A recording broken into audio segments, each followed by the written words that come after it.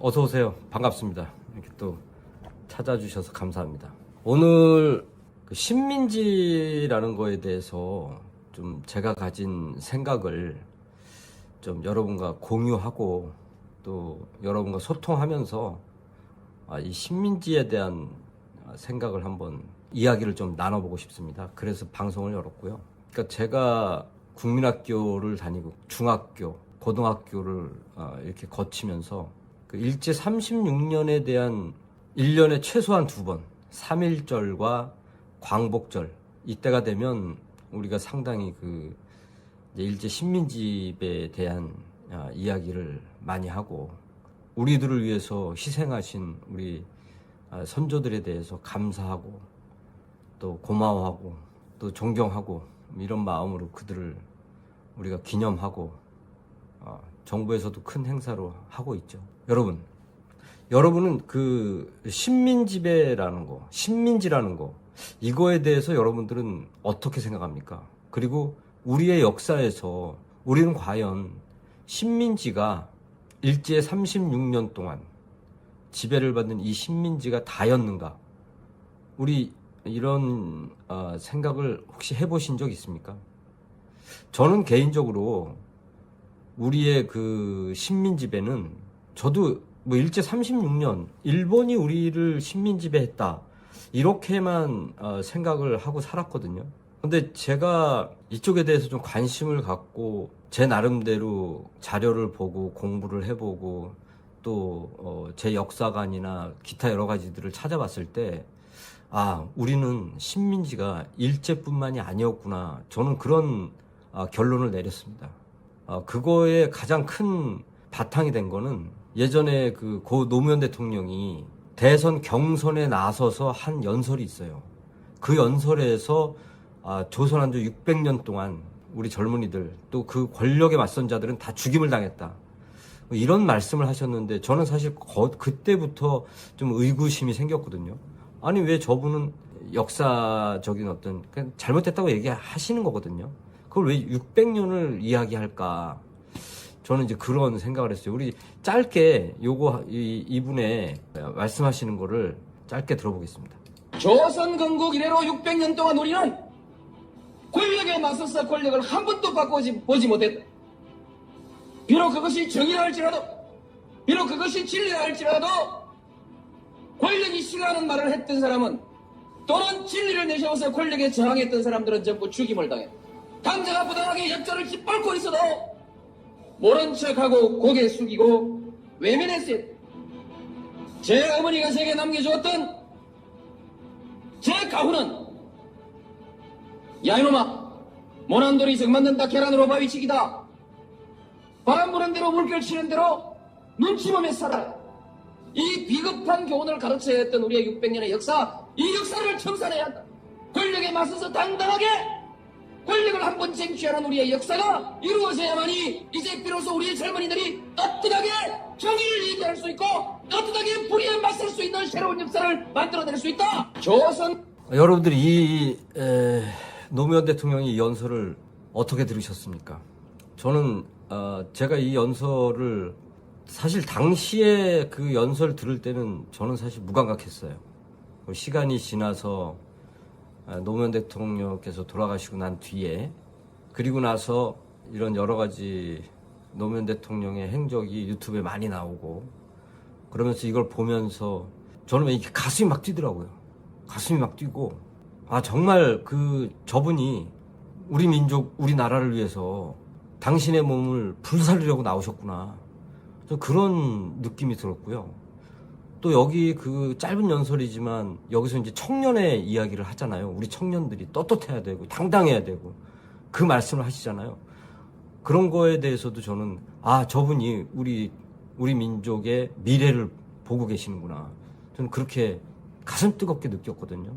그리고 이제 퀘션 마크가 생긴 게 왜 조선 600년을 이야기하나. 여기에 이제 그래서 저 나름대로 이제 그런 여러 가지들을 찾아보면서 보니까 일단 이성계가 1392년에 조선을 건국합니다. 고려를 이제 무너뜨리고. 그런데 여기서 보면 보통 한 왕조가 무너지고 새로운 왕조가 생길 땐 거의 뭐 전쟁이라는 걸 해요. 그래서 그 왕조가 무너지고 새로운 왕조가 들어서고 이런 일들이, 이거 당연한 상식적인 일이거든요. 그런데 고려에서 조선으로 넘어갈 때는 전쟁을 하지 않았어요.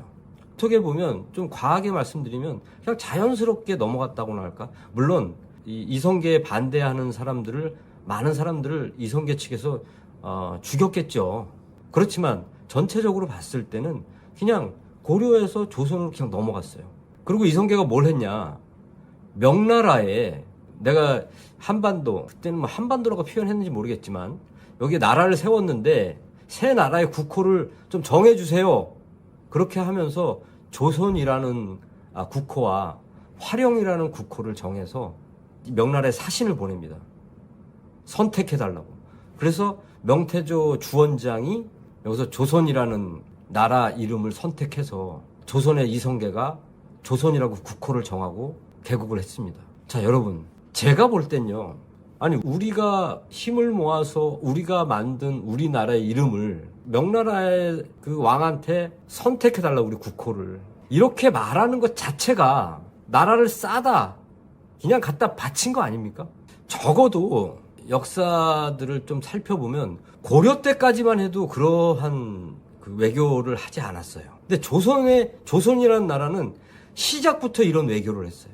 물론 그때 당시에 명나라가 굉장히 부상을 했고 뭐 그런 측면에서 보면 명나라하고의 어떤 관계가 돈독해져야 되고 명나라의 관계를 잘 해나가야 되겠죠. 그렇지만 이건 내가 나라를 세웠으니까 내 나라의 이름을 정해주세요. 조선이라고 할까요? 아니면 화령이라고 할까요? 정해주십시오. 그럼 그걸 쓰겠습니다.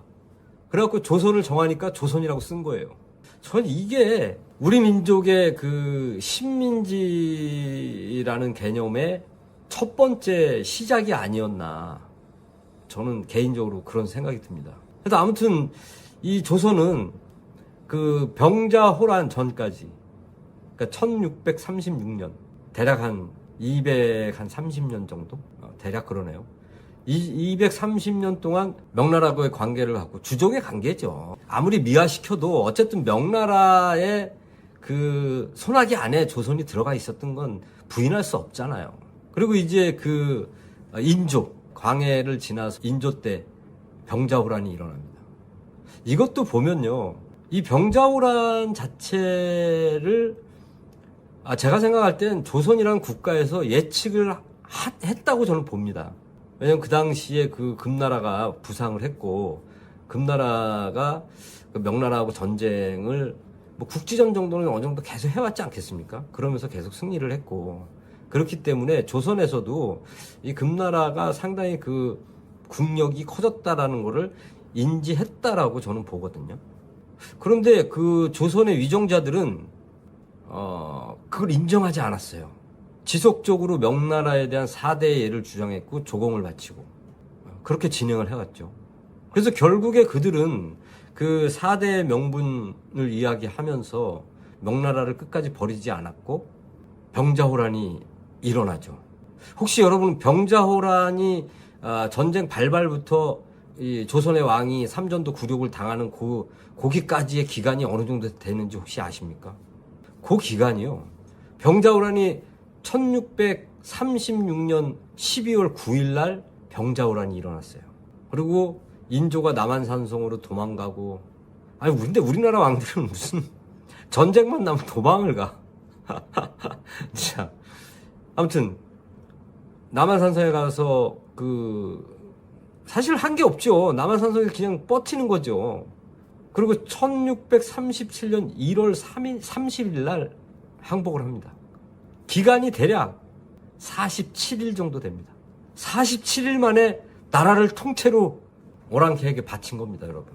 이 얼마나 이 참 그 위정자들이 형편없는 겁니까? 근데 저는 여기서 여러분한테 좀 찝어드리고 싶은 게 있어요. 그러면 조선이 왜 그렇게 됐을까? 그 문화도 찬란하고 더군다나 임진왜란을 겪었단 말이에요. 임진왜란을 겪은 다음에, 임진왜란 때도 물론 그 초반에 엄청나게 파죽지세로 밀려서 또 선조가 도망가고 막 이랬지만 어쨌든 나라를 지켜냈잖아요. 7년 동안 싸워가면서. 그런데 병자호란을 그 다음에 또 거치는데 이렇게 47일 만에 항복을 할 정도로 이렇게 어떻게 이렇게 조선이 허약하죠? 저는 여기서 어떤 생각이 드냐면요. 당시에 왕을 중심으로 한 이 위정자들이 명나라에 붙어 먹으면서 그냥 자기네들끼리 호의호식하고 먹고 살았던 거예요. 백성들은 아랑곳하지 않고. 그러니까 이런 결과가 나오는 거예요. 마치 대한제국이, 그러니까 고종이 왕으로 있을 때 주변의 위정자들이 결국에 일본하고 결탁해서 나라를 일본에 넘기지 않습니까? 우리 일본하고 그 막 싸워갖고 전쟁해갖고 일본한테 병자호란처럼 그렇게 나라를 넘긴 게 아니지 않습니까? 한일합방하는 걸 서명해갖고 넘긴 거 아니에요.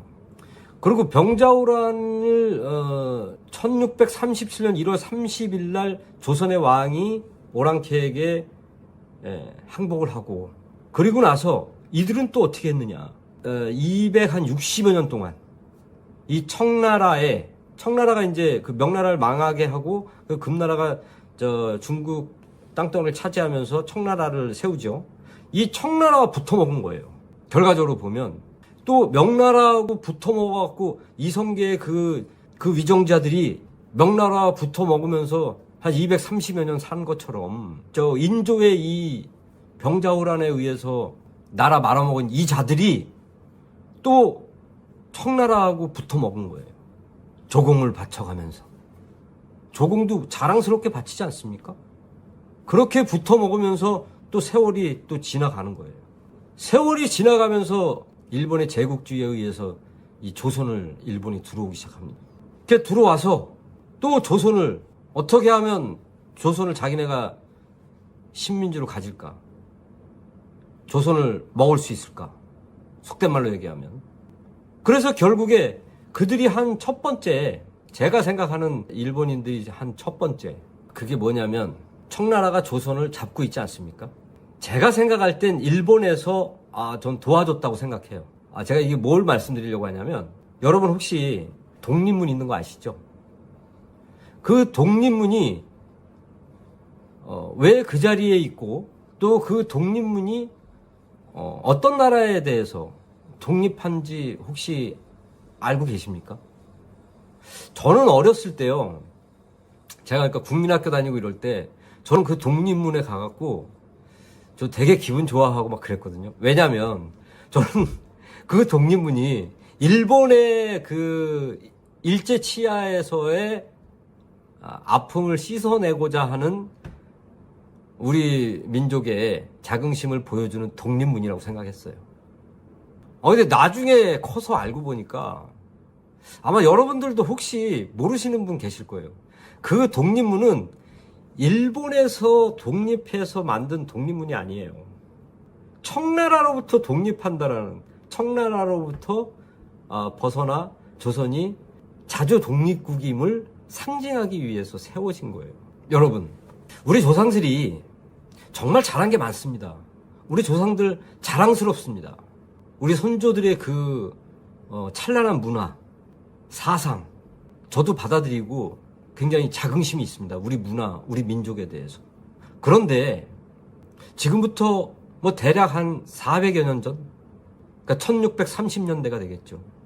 당시에 조선의 왕권과 조선을 움직이는 위정자들이 판단을 잘못해서 많은 백성들이 혼란에 빠지고 고통을 받고 그 후로 260여 년간을 그 간섭을 받으면서 삽니다.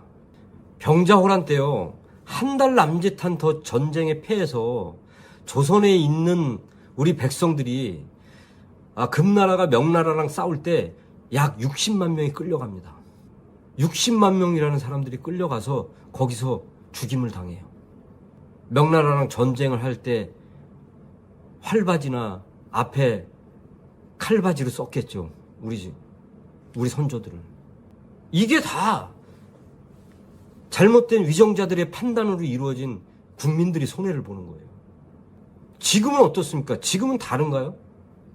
지금도 똑같아요. 다를 거 없습니다. 별다를 바 없어요, 지금도. 조선의 독립문을 그렇게 세우고 일본은 1919년에 한일 합방을 합니다. 그래서 조선이 일본의 식민지로 전락합니다. 한일 합방에 대한 그 문서를 보면 아마 여러분들 혹시 찾아보셨는지 모르겠지만 기가 막힙니다. 기가 막힙니다. 거기 국민은 하나도 없어요. 다 지들 위정자들만 어떻게 하면 살아남을까? 어떻게 하면 그 누리던 거를 잘 누릴 수 있을까? 이런 생각들로 그 한일합방 협정서를 씁니다. 미친놈들이에요. 그 인터넷에 나와 있으니까 그냥 서치하면 그냥 나옵니다. 아마 여러분들도 아마 그걸 보면 저처럼 한숨 나오고 기가 막힐 겁니다. 그리고 일제 36년 동안 우리는 일본의 식민지배를 당하면서 정말 무참히 우리 식민지배를 당합니다. 사람들이 끌려가고 징병으로 끌려가고 징용으로 끌려가고 여자들은 위안부로 끌려가고 국토에 있는 우리 자원들은 우리의 허락 없이 마음대로 그들이 사용을 하고 거기에 대한 피해 보상은 하지도 않고 사과조차 하지 않고 매년 우리는 일본의 광복절 매년 일본에 사과를 요청합니다. 그럼에도 불구하고 그들은 사과하고 있지 않습니다. 제가 왜 과거 조선시대와 또 식민지배시대, 대한제국시대, 또 임시정부시대, 그리고 지금 이 별 다를 바가 없다고 말씀을 드리냐면요. 지금도 여러분 우리가 온전한 자주독립국가라고 생각하세요? 저는 여기에 좀 의구심이 생깁니다. 우리가 온전한 자주독립국가이라면 외국 군대가 왜 여기 와 있습니까? 외국 군대가 왜 여기 있어야 되죠? 우리 땅에? 이번에 이재명 정부에서 그 부동산 정책 이야기하면서 뭐 어제 그 방송을 보니까 그 용산 예전에 있었던 용산 미군기지 거기다가 이제 뭐 아파트를 국토부 장관이 아파트를 질 계획도 있다. 검토하겠다. 뭐 이렇게 얘기를 하는데 저는 그 국토부 장관한테 얘기해주고 싶어요. 거기다 아파트 질 생각 하지 말고 아직까지도 남아있는 미군들부터 우리가 내준 평택에 430만 평 되는 그 땅으로 먼저 보내라. 아니 어떻게 위정자들이 순서를 몰라요. 순서를. 제가 어릴 적에 진짜 제가 좋아했던 독립군 중에 한 사람을 뽑으라면 저는 단연 안중근 의사를 뽑았습니다. 저도 가슴으로 불태웠습니다. 제가 그 당시에 제가 있었으면 나도 안중근 의사처럼 가서 저놈들의 나쁜 위정자들, 일본 내 나쁜 위정자들에게 총탄을 날려서 그들을 죽여버리겠다. 그렇게 가슴속으로 뜨겁게 생각했습니다. 또 윤봉길 의사처럼 도시락 폭탄을 가지고 가서 우리나라 우리 민족을 마음대로 유린하는 저들을 응징해야 되겠다. 그런 생각을 했고요. 근데 나이를 먹어가면서 그런 생각이 들더라고요. 안창호 선생님이 새로 보이더라고요. 안창호 선생님이 그 무지한 조선의 백성들을 위해서 조선으로 다시 돌아와서 조선의 무지한 백성들을 계모하기 시작했잖아요. 어디지? 대학로에 가면 흥사단이 아직 있습니다. 거기 도산 안창호 선생님 기리면서 거기서 이제 여러 가지 청년들 뭐 이렇게 지금도 하고 있는데 저도 가끔 갔었습니다. 지금 이 시대에 제가 생각할 때 안창호 선생님 같은 분이 더 많이 나와야 될 것 같아요. 지금 우리 대한민국 안에 그 학식 높으신 분들 많잖아요. 공부하신 분들 많고 나라를 사랑하시는 분들도 많고 이런 분들이 좀 나와서 이 식민지에 대한 이 생각을 좀 일깨워 주셨으면 좋겠어요. 제가 군에 있을 때는 좀 많이 맞았어요. 들어가면서부터 고참이 되기 전까지는 진짜 많이 맞았어요. 욕도 그냥 쌍욕을 그냥 하루에 진짜 뭐 그냥 아주 그냥 바가지로 듣고, 응? 야 가서 삽 갖고 와 이러면 되는 건데, 삽 갖고 와라는 말을 하기 위해서 욕이 한 7, 8번 욕이 들어가요. 저는 그냥 그게 당연하다고 생각했어요. 군이니까. 또 막 두드려 맞잖아요. 한 20, 30대 맞았어요. 근데 어느 날 5대만 맞았어. 그러면 좋아한다니까요. 나 5대 맞았어. 오늘 20대 안 맞았어. 이런 생각을 한다니까요. 여러분, 신민지라는 것도 마찬가지입니다. 꼭 일본 놈들처럼, 일본의 그 못된 위정자들처럼 우리를 칼로 휘두르고 몽둥이로 패고 생명을 앗아가고 총칼을 들이대고 그래야만 신민지가 아니에요. 1636년 병자호란이 일어나기 전에 조선은 명나라에 조공을 바치는 신민지나 마찬가지였고요. 호란이 일어나고 그 후로부터는 더욱더 강력하게 청나라에 조공을 바치고 청나라에 예속되어 있는 그런 신민지였어요. 그걸 위정자들은 알았고 일반 백성들은 몰랐던 거예요.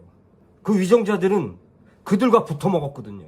1636년 이전엔 그 위정자들이 명나라와 붙어 먹어서 잘 먹고 잘 살았어요. 1636년 이후에 또 그 위정자들은 청나라와 붙어 먹으면서 잘 먹고 잘 살았어요. 1919년 한일합방이 이루어지면서 그 당시에 위정자들은 일본 놈들하고 붙어 먹으면서 호요식하고 잘 먹고 잘 살았습니다. 36년 동안. 그리고 나서 지금까지도 대한민국의 위정자들 중에서 혹은 학계에서 혹은 재계에서 이 자들이 미국하고 붙어먹고 호의호식하고 잘 먹고 잘 살고 있는 겁니다. 이게 뭐가 달라요? 광복을 한 지 81년이 지났는데도 불구하고 외국 군대가 여기 그대로 주둔해 있고 우리 민족은 갈라치기 당해갖고 나눠져 있고 이게 1945년 8월 15일 광복 이후 81년이 지난 작금의 대한민국의 행태입니다, 여러분.